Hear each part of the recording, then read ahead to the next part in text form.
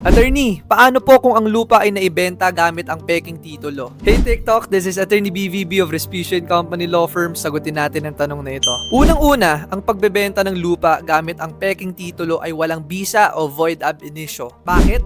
Kasi ang nagbenta ay walang legal na karapatan sa lupa para ipasa ito sa ibang tao. Ano ang pwedeng gawin ng isang buyer? Una, ipawalang bisa ang kasunduan sa pamamagitan ng annulment of sale. Pangalawa, habulin ang perang ibinayad sa pamamagitan ng civil case. At pangatlo, magsampa ng reklamo laban sa nagbenta para sa falsification o kaya naman na estafa. At para naman sa mga nagbenta gamit ang peking titulo, tandaan, maaari po kayong managot sa falsification of public documents o kaya naman ay estafa, depende sa sitwasyon. At mabigat ang parusang maaaring ipataw dito. Ito ang mga tips para maiwasan ang scam. Una, magpa-title verification sa Registry of Deeds para ma-check kung tunay ang titulo. At pangalawa, kumonsulta sa abogado bago pumasok sa anumang kasunduan. Kung may tanong pa po kayo tungkol sa mga lupa o titulo, mag-comment lang po kayo sa baba. Muli, ako po si Attorney BVB ng Respucio Company Law Firm at laging tandaan, sa bawat problema, may legal remedy.